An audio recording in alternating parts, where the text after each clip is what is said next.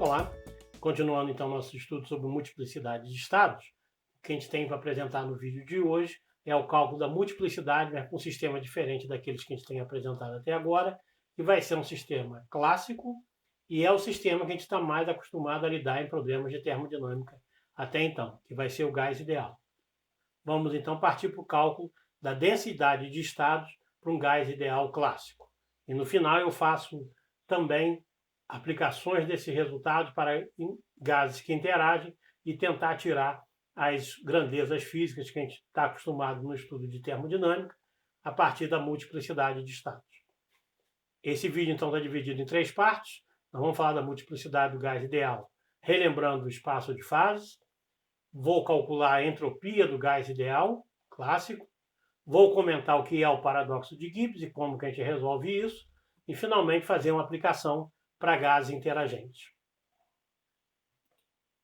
Com relação ao espaço de fases, eu vou lembrar vocês do vídeo 11, fazer essa referência, que é a descrição microscópica de um sistema de partículas, onde eu fiz a aplicação para 2 partículas em uma caixa unidimensional e fizemos então a análise do espaço de fase dessas 2 partículas.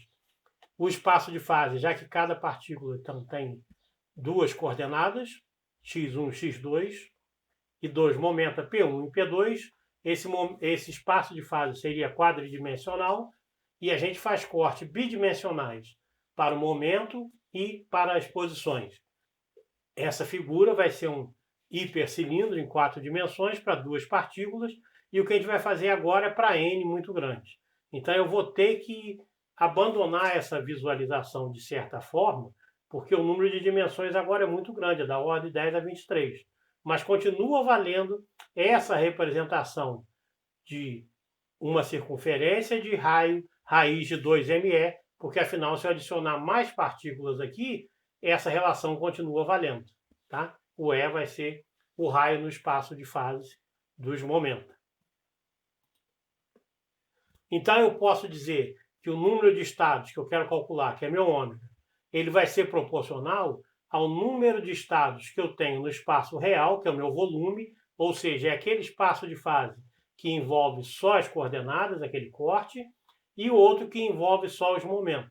Por isso que eu chamei de V e V de P. É o volume no espaço de fase real e o volume no espaço dos momentos. Essa proporcionalidade é dada porque ela depende do que eu considero um estado, qual é a precisão. Lembra, eu tenho uma área que em princípio tem infinitos pontos, mas eu não vou considerar cada estado como um ponto, mas como uma região de área H, e em 3 dimensões essa figura ocupa a hiperárea H ocupa. Como eu disse anteriormente, o raio no espaço dos momentos ainda continua sendo raiz de 2ME. Então eu posso dizer que essa figura em 3n dimensões é uma hiperesfera, né, que tem raio raiz de 2ME. Então o volume dela vai ser esse raio elevado à dimensão do espaço que eu estou considerando. No caso de n partículas em 3 dimensões, isso vai ser 3n dimensões. Então, para calcular o volume da casca esférica para n partículas, eu quero calcular o volume daquela faixazinha no espaço do momento. Ele é o volume do externo para a energia E mais dE, menos o volume do interno, que seria aquela com raio E. Então, esse volume vai ser uma constante que depende da dimensão do espaço. Por exemplo, em 2 dimensões, essa constante vale 4π, porque é a área da circunferência em 2 dimensões, a área aqui seria o equivalente ao volume, ou seja, tudo que tem dentro, vale 4πr2. Em 3 dimensões, vale 4/3 de πr ao cubo. Para d dimensões genéricas, é possível a gente chegar numa fórmula que eu vou apresentar no final. Por enquanto, eu vou dizer que essa aqui é só uma constante que depende do número de partículas e do número de dimensões que eu estou considerando. Para calcular esse volume da diferença, né, da casquinha, eu posso, dá para ver aqui que o 2m elevado a 3n sobre 2 pode sair em evidência. Aí fica essa expansão do binômio, E mais dE elevado a 3n sobre 2, que vai ser E elevado a 3N sobre 2, mais 3N, como a gente já viu, né? 3N E elevado a 3N sobre 2 menos 1 vezes DE, mais termos de ordem mais alta em DE, até chegar no último termo, que seria o DE elevado a 3N sobre 2. É só, pura e simplesmente, a expansão do binômio, a gente já viu isso nessa disciplina. Esse termo aqui, já que o 2N passou para lá, é o E elevado a menos 3N sobre 2. Logo, esse termo aqui cancela com esse, e sobram esses. Se eu puser E elevado a 3N sobre 2 menos 1 em evidência, que é esse termo que multiplica aqui, aqui eu vou ter DE e aqui eu vou ter DE sobre E, termos em DE sobre E. Aqui no caso DE ao quadrado, DE ao cubo e assim por diante. Como a gente considera que essa casquinha tem uma espessura que é muito pequena comparada com E, esses termos aqui eu posso desprezar e considerar só os termos do DE. Aí, nesse caso, o que sobra é essa expansão do E elevado a 3N sobre 2 menos 1, né, vezes NDE. Só lembrando, esse 3N sobre 2 menos 1, se N é 10 a 23, o menos 1 é irrelevante. Então, ele pode virar aqui 3N sobre 2. Então, esse 2M junta com ele e o CN, afinal, vira esse terminho aqui de π elevado a 3N sobre 2, 3N sobre 2 fatorial. Isso vem do volume de uma hiperesfera num espaço de D dimensões, onde D aqui é o 3N.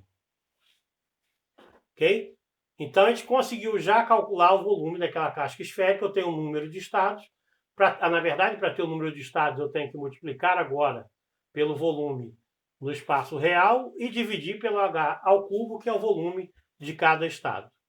Então, fazendo essa conta, eu obtenho que o número de estados elevado para N partículas é essa expressão que eu obtive, mas tem o volume elevado a N, porque vem, aqui era para uma partícula, aqui para N partículas, dá o V elevado a N.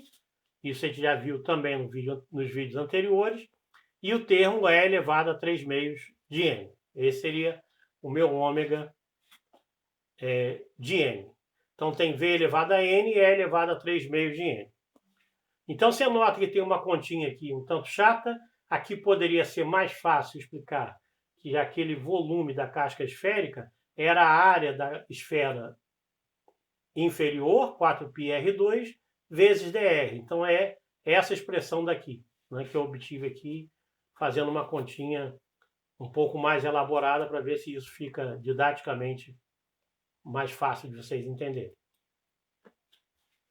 Então, eu estou repetindo aqui o ômega de N e eu sei que a entropia é KB, né, vezes o logaritmo de ômega. Então, tomando esse logaritmo, eu chego a essa expressão. Ó. Tem o N logaritmo de V, 3 meios de N logaritmo de E, mais logaritmo de todas essas constantes aqui, e tem um fatorial aqui, porque essas constantes estão elevadas a 3N, tá? E esse fatorial não está elevado a nada, por isso que eu botei ele em separado aqui. Então, como é que a gente pode tornar essa expressão para a entropia ainda mais simples de se tratar? Isso dá, de novo, N logaritmo de V, mais a parte em E. Então, o 3N aqui eu botei em evidência, que isso aqui seria tudo elevado a 3N, e aqui sobraria o H2, porque aqui é 3N. Aqui eu posso usar a aproximação de Stirling. Logaritmo de N fatorial é N logaritmo de N menos N. Só que agora para 3N sobre 2. Então, dá essa expressão.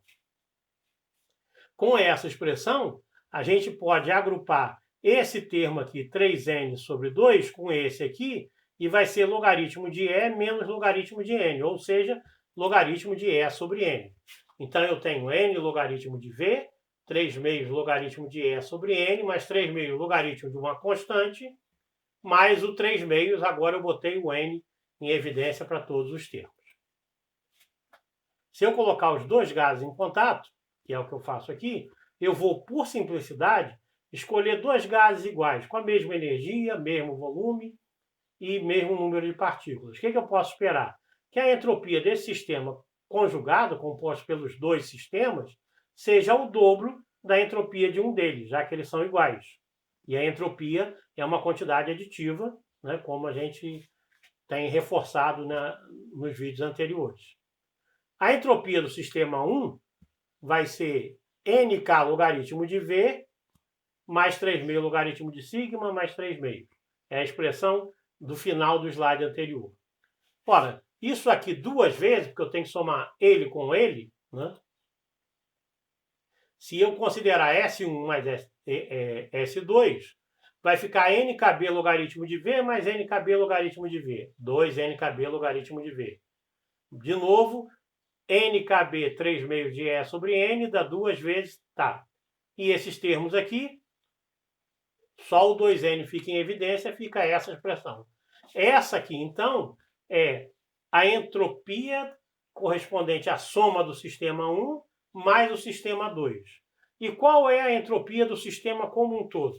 O sistema como um todo eu vou tratar como ele se fosse um sistema, né, com duas vezes a energia, porque aqui tem uma quantidade E, aqui tem uma E, duas vezes a energia, duas vezes o volume e duas vezes o número de partículas. E para isso eu vou usar a expressão que eu tenho para um dado sistema. Nesse caso, o S ia ser o N é 2N, o volume é 2V, a energia é 2E sobre 2N e as constantes não se alteram. Se você comparar a expressão do S, que é do conjunto duplo, com S1 mais S2, elas diferem. Aqui é igual, aqui dá tudo igual, porque esse 2 corta com esse 2, então fica igual a esse. Mas aqui tem um logaritmo de 2V e aqui tem um logaritmo de V. Se eu fizer um menos o outro, S menos a soma de S1 e S2, sobra um termo aqui, 2NKB, logaritmo de 2. Então, a entropia de dois sistemas não é igual à entropia de um sistema formado pelos dois independentemente. Tá? Então, alguma coisa está errada aqui. E aí, esse é que é chamado paradoxo de Gibbs, porque a gente esperaria que esse sistema como um todo fosse o dobro de um deles.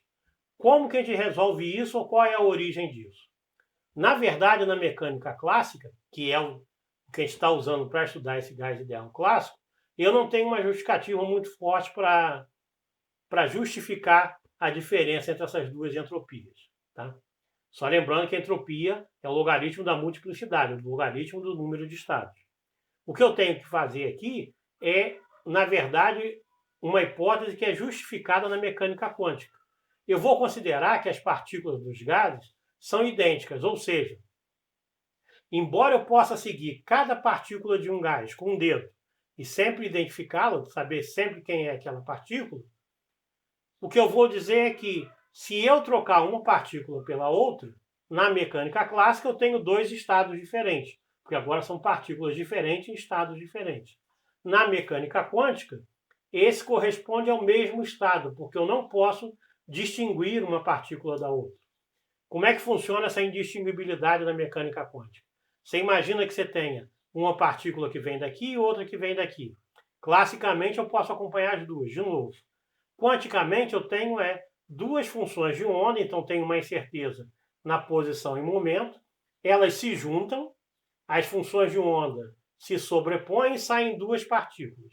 Essas duas que saíram, eu não consigo relacionar essa daqui se essa era a que veio daqui ou a que veio daqui.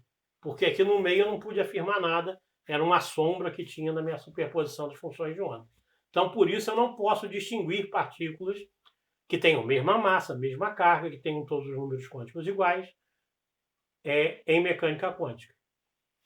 Então, qual é a solução para o paradoxo de Gibbs? Essa aqui é o meu ômega de N, foi o que eu calculei até agora. O que eu tenho que fazer agora é dividir por N fatorial, ou seja, descontar todas as permutações de partículas, aquelas em que eu troco uma pela outra. Então, meu ômega corrigido para as partículas indistinguíveis deve ser esse ômega de N sobre N fatorial. Vamos ver se isso funciona realmente. Se isso funciona, a entropia é igual à anterior, mas agora eu tenho um logaritmo de N fatorial embaixo que vira menos N logaritmo de N mais N. Lembrando que o N já está em evidência. Então, essa aqui é a entropia. a partir da minha densidade de estado, da minha multiplicidade, melhor dizendo, mas já corrigida pela indistinguibilidade das partículas. Essa entropia pode ser facilmente trabalhada. Esse menos logaritmo de n, agora eu coloco aqui dentro, logaritmo de v sobre n, logaritmo de e sobre n, 3 meios do logaritmo mais 5 meios. Tá?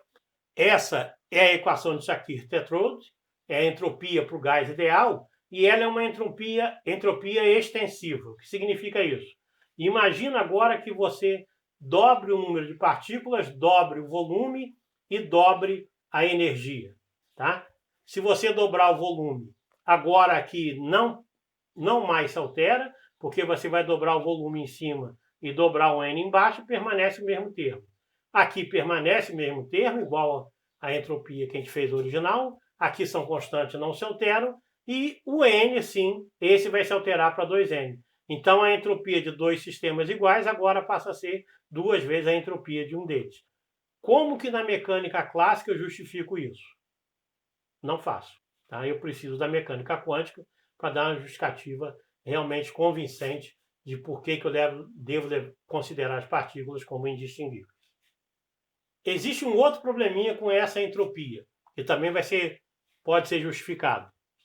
É que é o seguinte: se você considerar a energia muito baixa, a energia zero, estado fundamental, ou temperatura muito baixa, logaritmo de zero dá menos infinito, essa entropia vai para menos infinito quando E vai a zero. O que significa isso?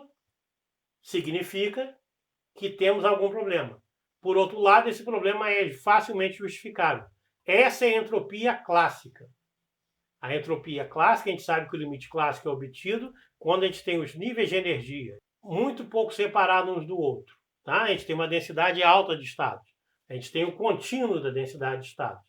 E isso não vale em energias baixas, onde o que conta é mecânica quântica. Então, a gente não pode pegar essa entropia, que é calculada usando contínuo de níveis de energia, e simplesmente fazer o limite de E tendendo a zero. Porque eu não pude usar esse limite no início para chegar à fórmula dela. Então, usar isso para energias baixas não só é contraindicado, como você chega a esse absurdo que para E indo a zero, a entropia vai para menos infinito. Então, esses são dois problemas que aparecem na mecânica clássica, e, na verdade, a maneira de solucionar esses problemas é através da mecânica quântica. Através dela, a gente tem a justificativa, seja pela quantização dos níveis, que evita com que essa entropia não vá para infinito, mas vá para zero, como a gente pode esperar pela terceira lei, e também a gente tenha uma entropia com uma quantidade aditiva ou extensiva, como é desejado. Com isso, nós aprendemos a calcular a multiplicidade de estados em entropia para sistemas clássicos e quânticos com níveis discretos e com níveis contínuos de energia. Eu estou satisfeito com esses cálculos. O que eu quero fazer agora é uma interpretação macroscópica da entropia. Eu tenho essa interpretação que diz respeito ao número de estados. Essa é uma grandeza, por exemplo, que não dá para a gente medir o número de estados que ela poderia estar. Então, eu tenho que procurar agora uma maneira de medir a entropia a partir das grandezas termodinâmicas usuais. E essa é a motivação para o nosso próximo vídeo. Então, eu vejo vocês lá. Até lá!